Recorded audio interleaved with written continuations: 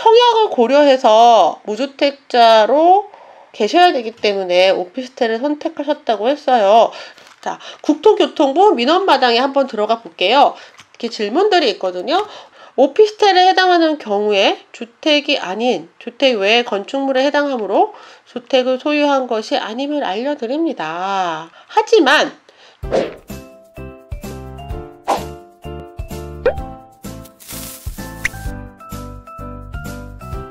안녕하세요. 반갑습니다. 이현정입니다. 이 영상은 온라인 트레이닝 멤버분들을 위한 피드백 영상입니다.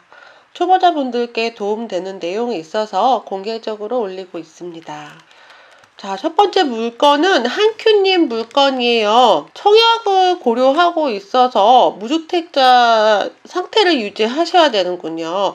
그래서 수익형 부동산, 월세 목적의 수익형 부동산을 찾고 계십니다. 오피스텔 골라주셨어요. 맞아요. 지금 청약을 고려하신다면 주택을 구입하시면 안 되는데 오피스텔은 괜찮거든요. 그 내용은 잠시 후에 보고요. 자, 먼저 물건 먼저 볼게요.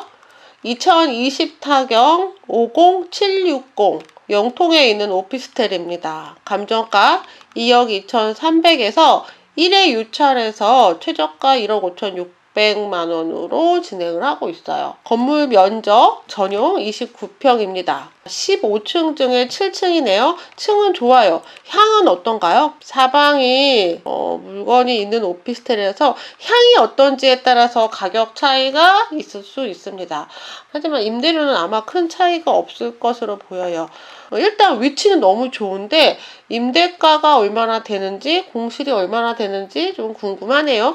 현장 답사 가기 전에 사전 답사로 임대가랑 또 공실 여부 어느 정도 확인할 수가 있습니다. 다음 주에 현장 답사 수업하시면서 한번 더 체크해 보실게요. 자, 이 물건 밑으로 좀 더 내려볼게요. 임차인이 어떤 사람이 있는데 이 사람이 누군지 알 수 없습니다. 신고하지 않았거든요. 현황 조사라고 했죠. 대항력 있음이라고 되어 있는데 이 사람이 임차인인지 아닌지에 대한 여부는 사실상 알지 못한다. 이 사람이 자신이 누군지 법원에 신고하지 않았기 때문에 전입세대 열람 내역서로 현황 조사를 하였습니다. 자, 이 사람이 진짜 임차인인지 아닌지 여부는 정황상 판단할 수 있어요. 이번 주에는 권리분석에 대해서 배우셨죠? 그래서 권리분석 한번 해볼게요. 여기 소유권이 지분으로 되어 있는데요. 박땡땡 외 한 명에 대한 물건이네요. 그리고 밑에 근저당이 있고요. 또 밑에 주류회사에서 근저당이 하나 더 있네요.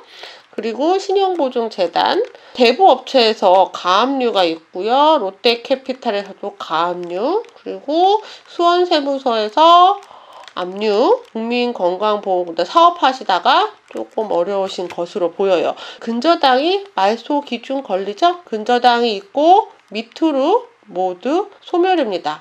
권리상 문제 없는 물건이에요. 그런데 근저당이 있고 밑으로 모두 소멸인데 알 수 없는 임차인이라는 김땡땡님이 있었잖아요.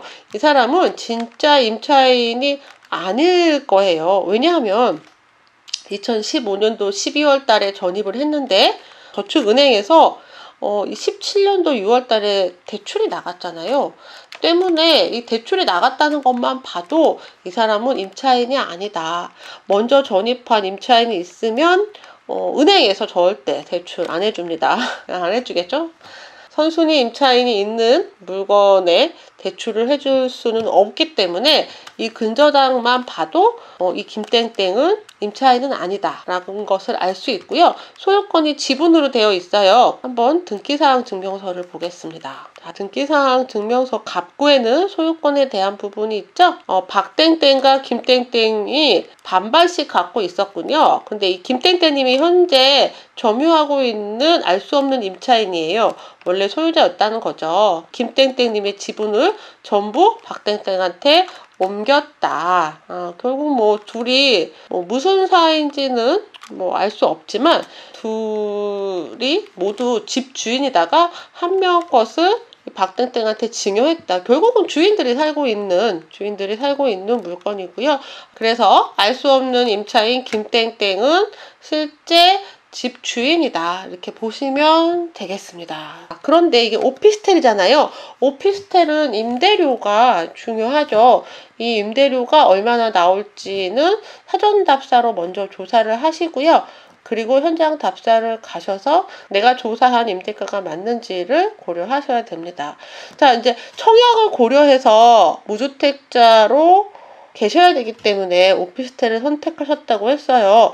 네, 아파트 청약할 때 오피스텔 소유는 주택으로 보지 않습니다. 라는 청약 홈 안내에 따라서 오피스텔을 선택하게 되었습니다. 근데 이 얘기는 국토교통부에도 있어요. 자, 국토교통부 민원마당에 한번 들어가 볼게요. 자주 찾는 질문, 여기를 들어가시면 이렇게 질문들이 있거든요. 오피스텔로 검색을 하면 오피스텔의 주택임대사업 여러가지 내용들이 있어요. 자주 찾는 질문들 중에 오피스텔 주택 소유 여부의 판단 기준 문의라고 있거든요.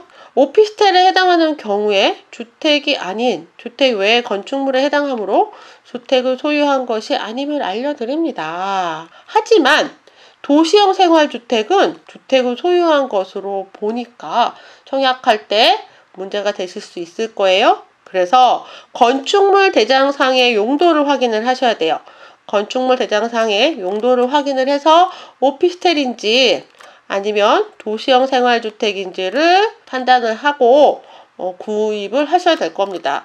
무주택 상태를 유지해서 청약을 하셔야 한다면 반드시 오피스텔만 골라서 하셔야 될 거고요. 도시형 생활주택은 고르시면 안 될 거예요.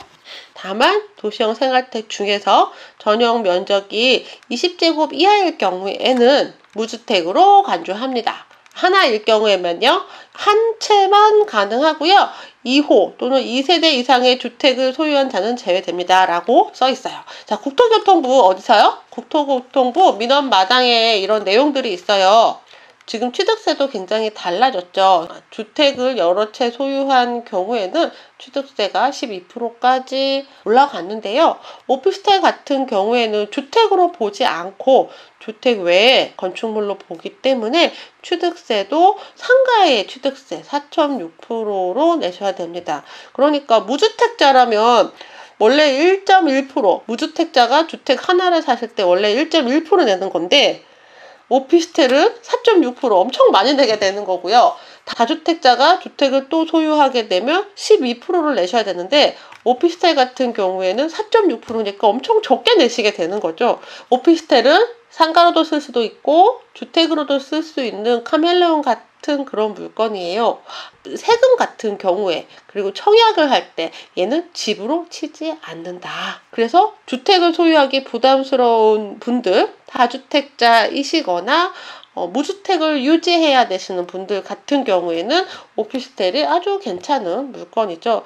그래서 요새 오피스텔이 더 인기가 좀 많아지고 있습니다. 인근의 낙찰가들을 한번 확인을 해보시고요. 그리고 제일 중요한 임대가가 얼마인지, 공실이 얼마인지 꼭 체크를 해보세요. 자, 한큐님 이번 주 과제 하시느라 고생 많으셨습니다. 자, 이렇게 월세를 받는 수익용 부동산은 가격이 그렇게 많이 오르진 않습니다. 수익용 부동산은 시세 차익을 고려하기보다는 임대 수익을 더 고려하셔야 합니다. 그래서 월세가 얼마나 되는지 그리고 수요가 얼마나 있는지를 파악하시는 게 중요하거든요. 굉장히 좋은 위치에 있는 오피스텔이 아닌데도 불구하고 인근에 이런 자그마한 오피스텔을 구하는 사람들이 많이 대기하고 있는 지역들도 있어요. 그러니까 지역을 조금 넓게 보셔서 물건 검색을 한번 해보시면 꽤 괜찮은 물건들을 찾으실 수 있을 거예요. 그래서 가까운 지역을 좀 떠나서 수도권 전 지역으로 좀 범위를 한번 넓게 검색을 해보시기를 권해드려요. 이 지역은 내가 전혀 모르고 관심이 없는 지역이었는데 꽤 임대가가 높네 라는 또 새로운 발견을 하실 수도 있을 겁니다. 지금 법원의 입찰 기일이 계속 변경되고 있습니다. 코로나로 인해서 입찰 기일이 계속 변경되고 있어요. 당장 내일 입찰하는 물건들 같은 경우에는 다 변경. 그래서 여러분들 관심 있는 물건들이 있으셔서 뭐 입찰 참관을 하시거나 아니면 입찰에 참여하시려면 이게 혹시 그 기일에 제대로 입찰을 하는 건 맞는지 한 번 더 확인 한번 해보세요. 먼 데까지 갔는데 헛걸음 치시면 안 되잖아요. 한 이번 주는 많은 물건들이 기일 변경이 됐고요. 다음 주는 아직 특별하게 변경이 되지는 않았어요. 법원 정보에 들어가시면 법원 정보에 들어가시면 이렇게 법원 연락처 있거든요. 전화하셔서 물어보세요. 자, 즐거운 경매 홈페이지에서 법원 경매 정보 무료로 보실 수 있거든요. 지금 유튜브 보시는 분들도 즐거운 경매 홈페이지로 가시면 법원 경매 정보를 무료로 보실 수 있습니다. joyfulauction.com으로 오셔서요. 가입만 하시면 무료로 보실 수 있게 오픈되어 있어요. 즐거운 경매 홈페이지 한번 편하게 이용해 보시고요. 자, 지금 코로나 사태가 지난주부터 굉장히 심각해졌고요. 이번 주도 고비일 것 같네요. 항상 그랬듯이 잘 헤쳐나가기를 간절하게 바라봅니다. 모두 건강 조심하시고요. 저는 내일 또 다시 업로드 드릴게요. 안녕.